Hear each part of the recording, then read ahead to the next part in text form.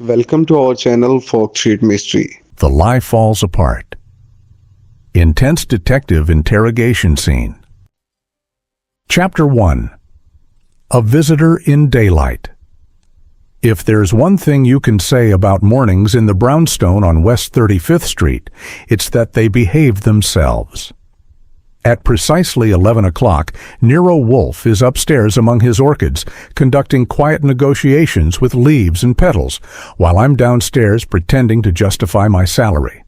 Fritz is in the kitchen, coaxing miracles out of butter, and the world, if it has any decency, waits until after lunch to fall apart.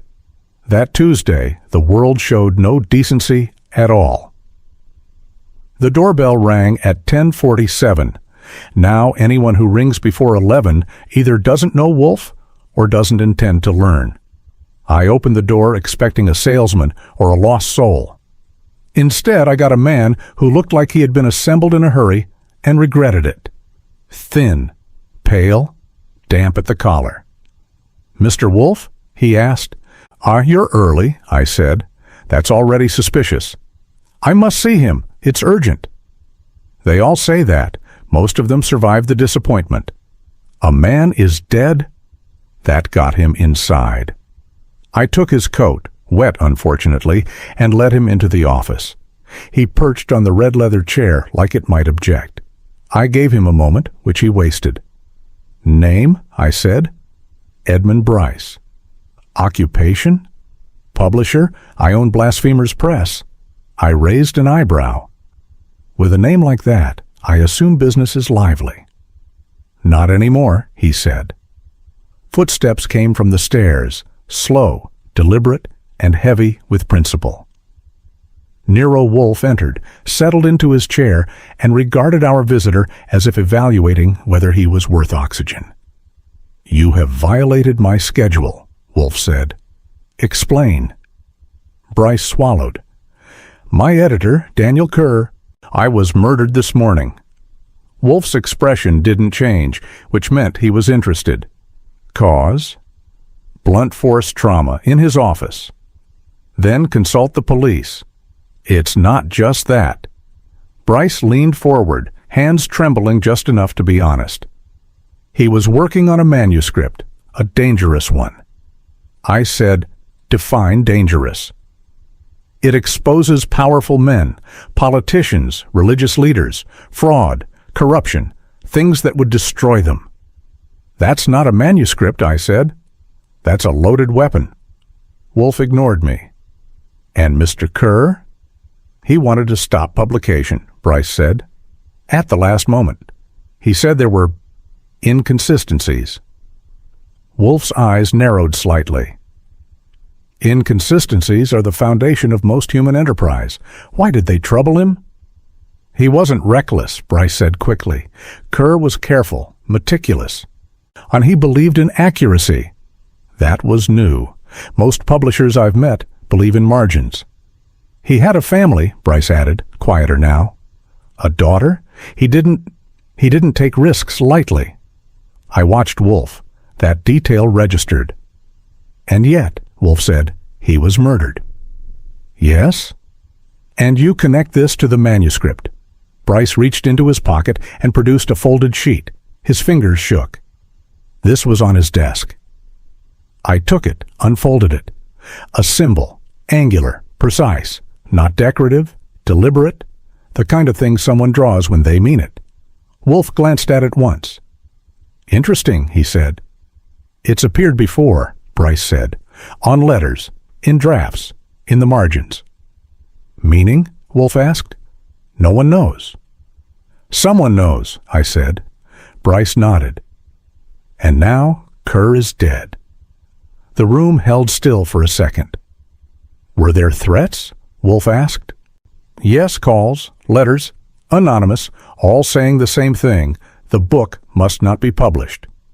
"And you intended to publish it anyway." Bryce hesitated. "There was pressure," he said. "Financial?" Wolfe said. "Yes." "Of course." I leaned back. "So your careful editor decides the book isn't clean, tries to stop it, and ends up dead. That's not subtle." "No," Bryce said hoarsely. It isn't. The telephone rang. I picked it up. Nero Wolfe's office. A voice came through, tight and official. I listened, then covered the receiver. That was the police, I said. They've confirmed time of death. Early morning. No sign of forced entry. Wolfe's eyes sharpened. Then Mr. Kerr admitted his murderer. Bryce closed his eyes briefly. There's more, I said into the room. They found part of the manuscript on his desk, but pages are missing. That landed harder than the murder. Wolfe leaned back, fingers steepled. Mr. Bryce, he said, you bring me a dead man, a compromised manuscript, anonymous threats, and missing evidence. Yes. And a symbol whose meaning you do not understand.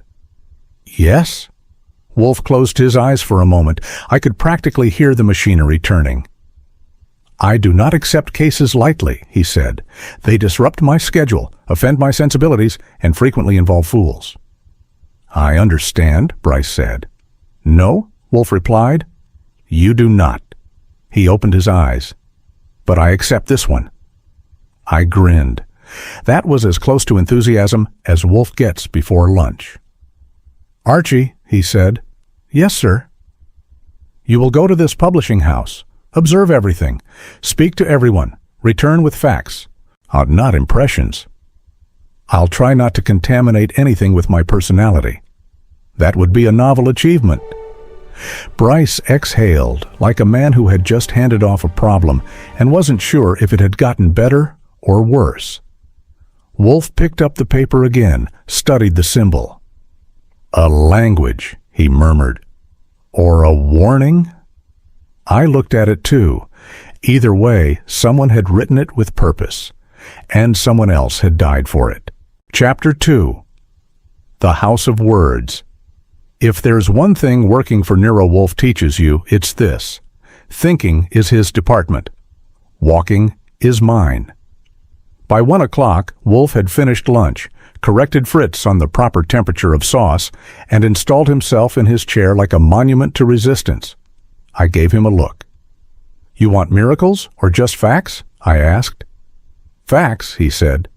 Miracles are unreliable. Then I'll take a taxi. Take 2, he said, and lose 1. That's Wolfe humor. Blasphemers' Press didn't look like a place where men get killed. It looked like a place where manuscripts get rejected politely. Typewriters clattered, papers shuffled. People moved quickly with the kind of purpose that usually hides something else. Underneath it all? Tension. The receptionist recognized my name this time, and that told me word had traveled faster than I had. Mr. Goodwin, she said too carefully. They're expecting you? That's never good. Kerr's office was cleaner than it should have been. Too clean. I stood in the doorway for a moment, letting my eyes adjust, not to the light, but to what was missing. Then I saw it, a photograph. It sat pushed to one side of the desk, slightly crooked, like someone had moved it in a hurry and forgotten to make it right again. I picked it up. Daniel Kerr, smiling in a way that suggested he didn't do it often. A woman beside him, and a little girl, 8, maybe 9, hair uneven, grin wide, the kind that hasn't learned about the world yet. His daughter? I asked. Emily, a voice said behind me. I turned.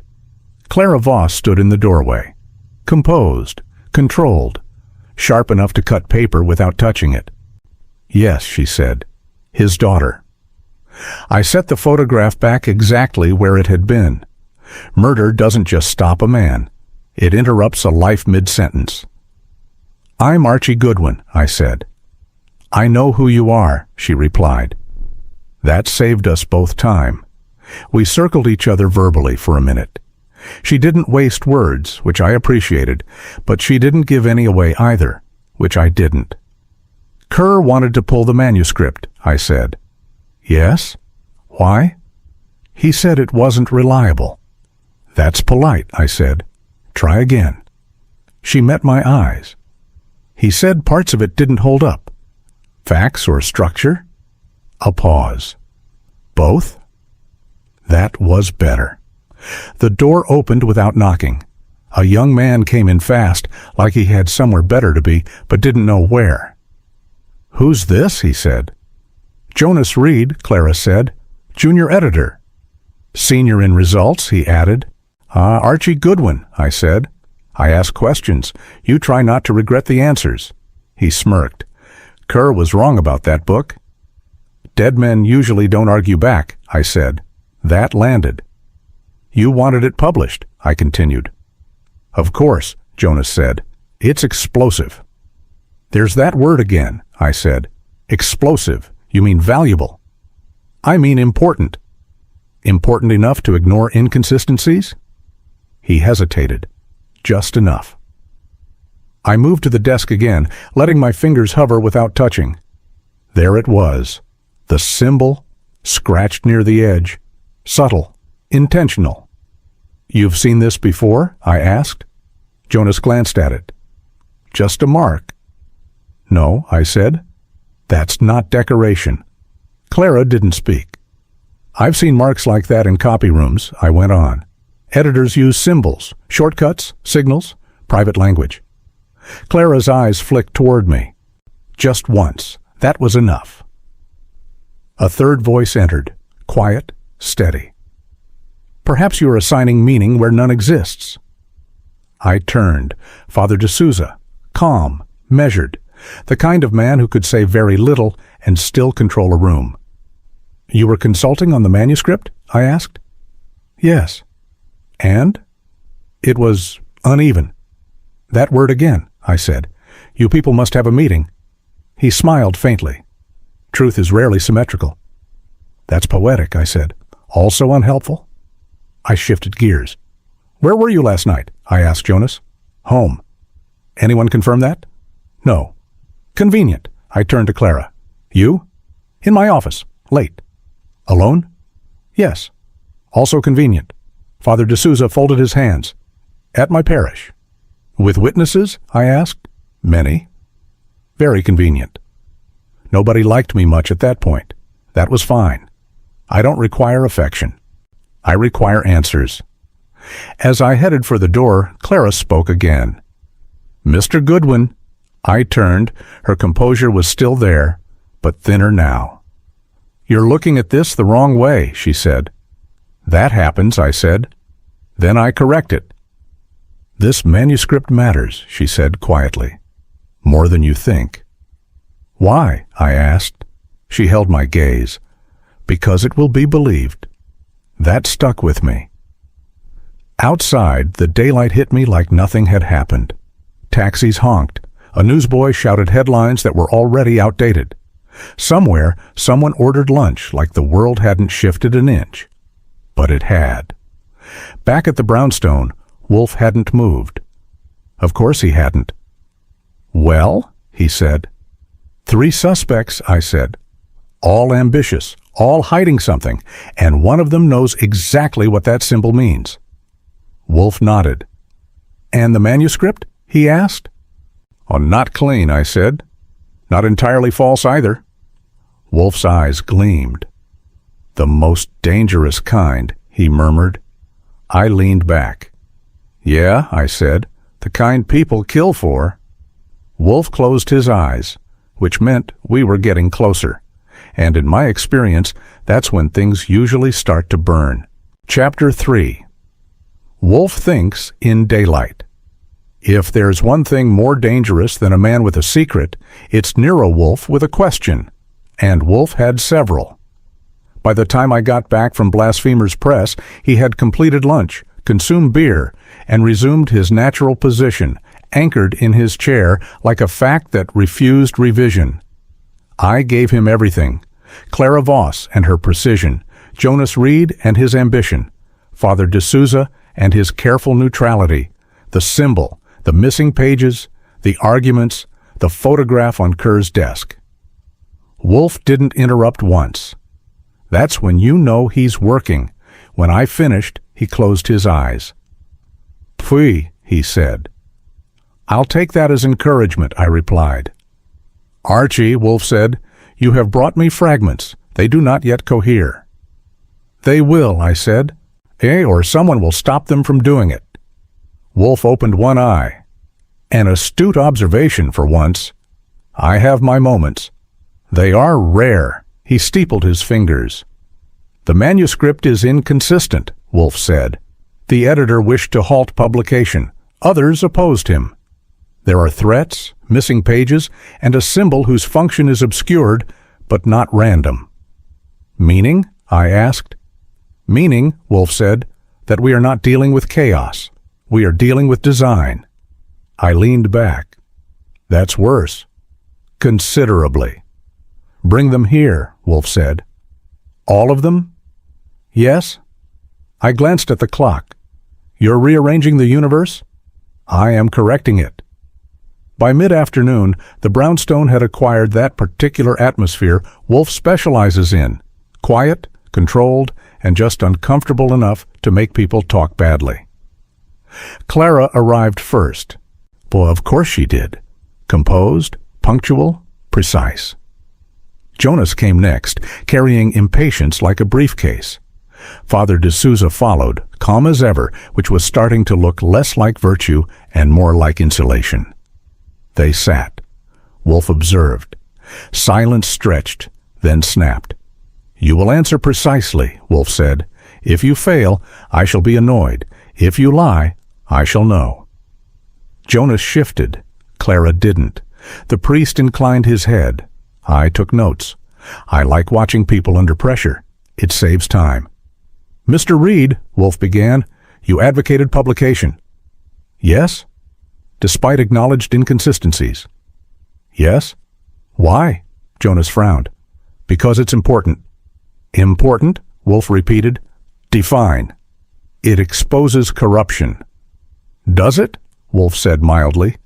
Or does it merely claim to? Jonas hesitated. That was answer enough. Wolfe turned. Miss Voss, you believe the manuscript could be salvaged? Yes. By correction? A pause. By revision.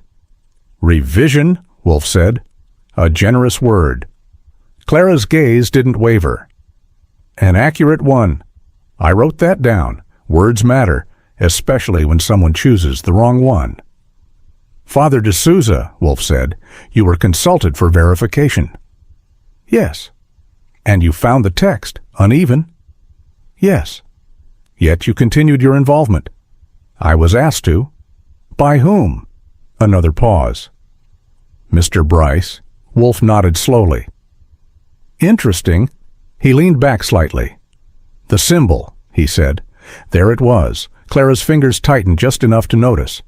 Jonas looked confused. The priest remained still. It appears repeatedly, Wolfe continued, in margins, on documents, on Mr. Kerr's desk. No one knows what it means, Jonas said quickly. Incorrect, Wolfe snapped. Why, someone knows, otherwise it would not exist. Silence. Wolfe turned to me. Archie? Yes? The marks you described. Editorial, I said. Copy room stuff, corrections, changes, signals. Wolfe nodded. A language, he said, one not intended for the reader. Clara didn't speak, but she didn't deny it either. The manuscript, Wolfe said, is neither wholly true nor wholly false. That's ridiculous, Jonas said. No, Wolfe said, it is efficient. The telephone rang. Sharp, sudden. I crossed the room and picked it up. Nero Wolfe's office. What came through wasn't conversation. It was noise, shouting, confusion, panic. Goodwin, this is Bryce. There's a fire. Someone set fire to the storage room. I straightened. Anyone hurt? No, but the manuscript, some of it. What? Gone. Smoke practically came through the wire.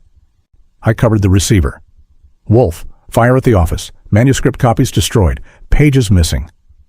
Wolfe closed his eyes briefly. Of course, he murmured. I hung up slowly. That wasn't subtle, I said. No, Wolfe agreed. It was necessary. For who? For someone who fears what remains. The room had changed. Clara was still. Too still.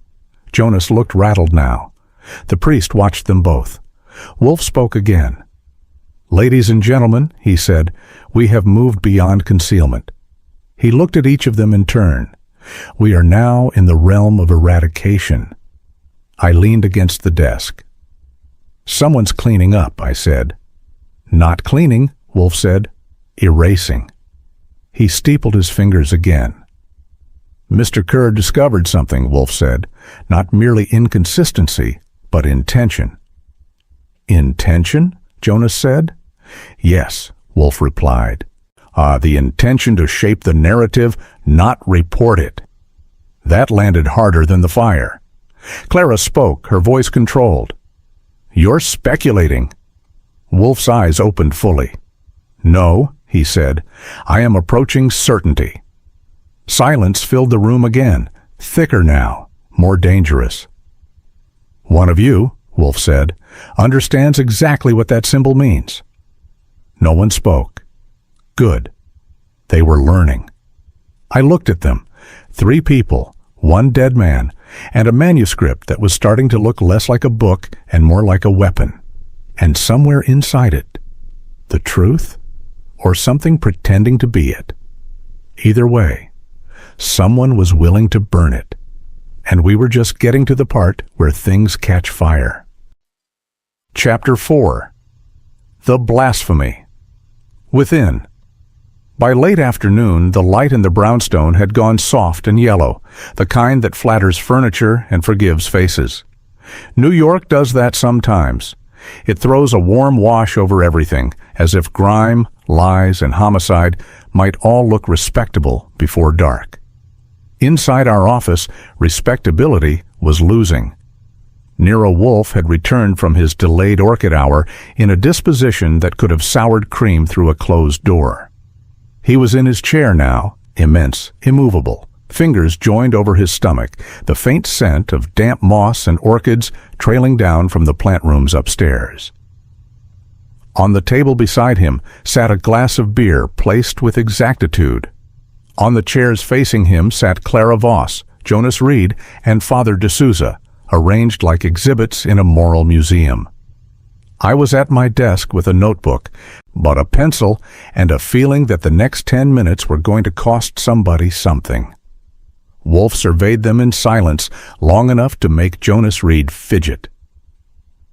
"We will proceed," Wolfe said at last, "without melodrama. I dislike it unless I am controlling it." "That eliminates half the publishing industry," I said. "It would improve the other half," Wolfe replied. No one else smiled. Wolfe turned his head slightly toward Clara Voss. "Miss Voss," he said, "you told Mr. Goodwin that the manuscript mattered because it would be believed." She held his gaze. "Yes?" "That is not the same as saying it was true." "No," she said, "it isn't." There it was, not an answer exactly, more like a crack in a wall. Jonas looked from her to Wolfe. "What is this? We all know there were issues with the book. That doesn't make any of us murderers." "No," Wolfe said, "not by itself. Human beings tolerate falsehood with astonishing ease. Murder requires urgency." Father D'Souza folded his hands. "And you believe the urgency came from the manuscript?" "I do not believe," Wolfe said. "I conclude." He shifted his eyes to me. "Archie, state the relevant facts." That's one of Wolfe's favorite little tricks, making me sound like the prosecution. "Kerr wanted publication stopped," I said. "He thought the manuscript had serious problems. Multiple people argued with him. Some pages disappeared before or after the murder. Then today, someone tried to burn the remaining copies at Blasphemers Press." "Good," Wolfe said. "Add the symbol." I nodded. Same mark on letters in draft margins and scratched into Kerr's desk. Not decorative. Functional. "Indeed," Wolfe murmured. He looked at the 3 of them again. "The central question," he said, "is not who disliked Daniel Kerr. That appears to have been a crowded field. The central question is, what did he discover that made his death necessary?" No one answered. That was sensible. Wolfe leaned back an inch, which for him counts as dramatic motion. Mr. Kerr, he said, found more than inconsistency. Inconsistency can be corrected. He found design. Clara's expression didn't change, but the stillness in her grew harder. Jonas gave a little snort. Design? You make it sound like a conspiracy? Do not interrupt to advertise your limitations, Wolfe said. Jonas flushed and shut up. Wolfe continued. The manuscript was presented as an exposé, truth assembled into indictment. But it was not merely assembled, it was shaped. Uncertain facts were sharpened, others connected improperly, still others inserted. Father de Souza said quietly, "You are describing falsification." "I am describing craft applied corruptly," Wolfe replied. That one landed. Even I felt it. He turned to Clara again. "You are an editor. You understand structure, emphasis, omission, cadence. A clumsy liar invents. A skilled one rearranges." Her voice, when it came, was cool. "Every published text is rearranged." Pfui, rearrangement is not the issue. Purpose is. I watched her hands, still folded, still neat. But the thumb of her right hand had begun rubbing slowly along the edge of her left forefinger. Tiny motion. Big noise. Wolfe saw it too. "The symbol," he said, "is not mystical. It is editorial." Jonas looked blank. Father de Souza lowered his eyes. Clara said nothing. Wolfe pressed. A proof mark, a private notation, a sign not for readers but for handlers, for those making changes. Jonas shook his head. "I told you, I don't know anything about that." "No," Wolfe said. "You know less than you wish to. It is one of your few virtues." I coughed into my hand to hide a grin. Clara spoke then, and her voice had changed. Not louder, sharper. "You're building a fairy tale, Mr. Wolfe. Editors mark text. That's our work. It proves nothing." "On the contrary," Wolfe said, "it proves opportunity, method, and access." Mr. Kerr recognized that. He scratched the symbol into his desk because he understood belatedly what it meant and feared the relevant pages would vanish. That got her, not much, just a flicker at the eyes, but enough. Father de Souza turned slightly toward her. Jonas did too. And you could almost hear the room begin to rearrange itself around one center. Wolfe's voice remained calm. The manuscript's danger lay not merely in whom it accused, but in how persuasively it mixed fact with invention. That is why it would be believed. Not because it was true, Miss Voss, but because it was plausible. Clara leaned forward at last. "Yes," she said. "That's how the world works." Her mask was still on, but it had gone transparent. Wolfe's eyes narrowed. "Ah," she went on, and now there was heat in it. "You speak of truth as if it has some independent majesty. It doesn't, not anymore. People don't want truth. They want coherence, force, shape. They want a story that tells them where to look and whom to hate." Jonas stared at her. Father de Souza murmured, "Miss Voss?" "No," she said sharply, not taking her eyes off Wolfe. "Let him hear it. Truth is weak. It arrives late, fragmented, dull. Narrative wins." The room went very quiet. Wolfe did not move. At length he said, "What an abominable creed." "It's an effective one." "Yes," Wolfe said, "as arsenic is effective." "I wrote that down. You don't waste lines like that." Wolfe folded his hands again. "Then we understand one another better. Mr. Kerr discovered not mere editorial adjustment, but ideological sabotage, the deliberate weaponization of text. He meant to stop it. That decision condemned him." Jonas swallowed. "You keep saying that like you know who did it." "I know more now than I did an hour ago," Wolfe said. "That wasn't for them. That was for me. I got the message, the fire, the missing pages, the mark on the desk, Clara's philosophy, Kerr's sudden refusal. of the family photograph on the corner of the desk like a quiet witness. Pieces were beginning to align. Not finished, not yet, but close enough to taste. Wolfe looked from one face to the next and let the silence do what silence does best. "One of you," he said, "turned manuscript into weapon. One of you killed to preserve that weapon. And one of you is soon to discover that intellect without scruple is merely vulgarity in formal dress." No one answered. Outside, a taxi horn blared and faded. The daylight on the windows thinned a little more. Inside, the room had narrowed to a point. We weren't at the end yet, but we had finally arrived at the heart of it. The blasphemy wasn't in the book's subject. It was in what had been done to the truth. Chapter 5. The Final Page. By 6 o'clock, the daylight had gone thin, but not yet surrendered. It lay across the office windows in long amber strips, making the dust look distinguished, and the room look almost innocent. That was generous of the sun. The room didn't deserve it. Nero Wolfe was in his chair, where all serious matters ought to have the decency to come and present themselves. A glass of beer stood at his elbow. The scent of orchids still drifted faintly from upstairs, cool and green and civilized, which was more than I could say for the company. Edmund Bryce sat rigid and gray-faced, as if his own publishing house had suddenly become an indecent rumor. Jonas Reed looked like a man who had discovered ambition came with penalties. Father de Souza was composed, but only from long practice. On end Clara Voss, Clara looked as she always had, neat, intelligent, contained. But now containment showed strain. Inspector Kramer was there too, broad and impatient, with two plainclothes men behind him and disapproval in every line of him. "Well," Kramer said. "You said you were ready?" Wolfe lifted his eyes.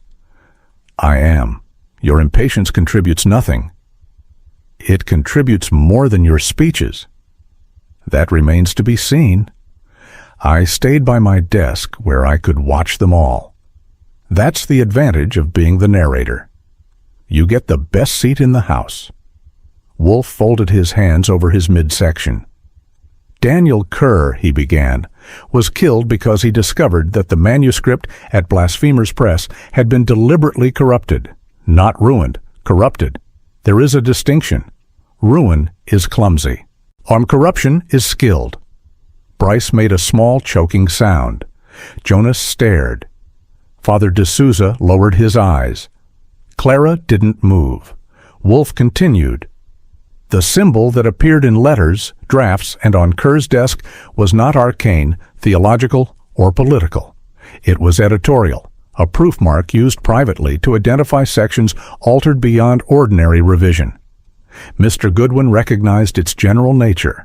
Miss Voss recognized it more intimately." Clara said, "Editors use marks. That proves nothing." "No," Wolfe said. "By itself it proves only knowledge. Other things prove the rest." He nodded once at me. That was my cue.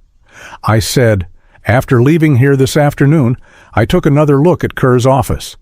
I don't like fires started in the middle of a case, and I like missing pages even less. The desk drawer felt wrong. It caught halfway." Kramer grunted. "I'll get to it." "I did," I said. "False bottom." Every eye in the room swung toward me. "Inside," I went on, "were the missing pages. Not all of them, enough. Marked heavily, revised lines, inserted names, altered quotations, and notes in Kerr's hand identifying which changes had been made after the original copy came in." Bryce whispered, "No." "Oh yes," I said, and he was tidy enough to note who directed the changes. That landed like a dropped safe. Kramer leaned forward. "Who?" Wolfe answered. "Miss Clara Voss." Jonas let out a breath that almost turned into a laugh and then died halfway. Father de Souza shut his eyes briefly. Bryce stared at Clara as if she had just become visible for the first time. Clara looked at Wolfe. "You arranged that," she said. "No?" Wolfe replied. Mr. Kerr arranged it. He understood, late, but sufficiently. That the most dangerous material was not the alleged scandal itself, but the fabrication woven through it. He hid the pages because he feared they would disappear. They nearly did, I said. Wolfe inclined his head. Indeed, the attempted fire was an act of desperation. Not to conceal the existence of the manuscript, that was impossible by then, but to destroy evidence of alteration. Clara crossed one leg over the other with exquisite care. You still haven't placed me in Kerr's office at the time of death. Wolfe sighed. Must one do everything? Kramer barked a laugh. Wolfe ignored him. Very well. Mr. Kerr admitted his murderer because there was no forced entry. He would not have admitted Mr. Reed, with whom he had quarreled noisily and recently, at such an hour without caution, nor Father de Souza, whose role was external and limited. But he would admit his senior editor, particularly if she came under pretext of reconsideration, conciliation, or urgent textual review. Clara's voice sharpened. That is inference. Of course it is inference, Wolfe said. I am a thinking man, not a camera. I coughed to cover a grin. He went on. Mr. Kerr had discovered the marked revisions. He intended to halt publication. Perhaps he also intended to inform Mr. Bryce or the authorities. You confronted him. There was an argument. You killed him with the bronze paperweight on his desk. Bryce whispered, My God. No, Wolfe said. Your employee. Clara's mouth tightened. You can't prove that, she said. Wolfe's gaze hardened. Madam, proof is for a jury. Certainty is for me. And you have supplied it in abundance. Your recognition of the symbol, your zeal for publication. Are your statement to Mr. Goodwin that the manuscript mattered because it would be believed, your philosophical declaration that truth is weak and narrative wins, and finally your attempt to obliterate the surviving copies once you understood that I had identified the nature of the mark. Clara stood up, fast enough to make Jonas flinch and one of Kramer's men step forward. Her face had lost its polish now, not all at once, just enough. It was like watching lacquer crack. You sanctimonious old fraud, she said to Wolfe. You sit there talking about truth as if it has some independent life. It doesn't. It never did. Men believe what is arranged for them. They always have. Wolfe didn't move. Yes, she said, and now the words came hard and bright. I changed it. I sharpened it. I gave it structure, force, meaning. The original manuscript was a heap of mud and half-facts. It would have sunk without a trace. And so, Wolfe said, you improved it by lying. I improved it by making it matter. There it was. Nobody moved. She looked around the room as if daring someone to understand her. Kerr was weak, she said. He found his conscience too late. He wanted to pull it, bury it, smother the whole thing in caution. He was going to destroy months of work because a few details couldn't be verified. A few? Father de Souza said softly. She turned on him. Don't pretend outrage now. You knew parts of it were unstable. I knew they were false, he said. She laughed once, sharply. False? True? Those are editorial categories, Father. The only thing that matters is effect. Wolfe's voice cut through it. And when Mr. Kerr chose decency over effect, you murdered him. Her eyes flicked to him. For a second, I thought she would deny it again. She had the brains for it, maybe even the nerve, but something in her had already tipped. I couldn't let him ruin it, she said. That was enough.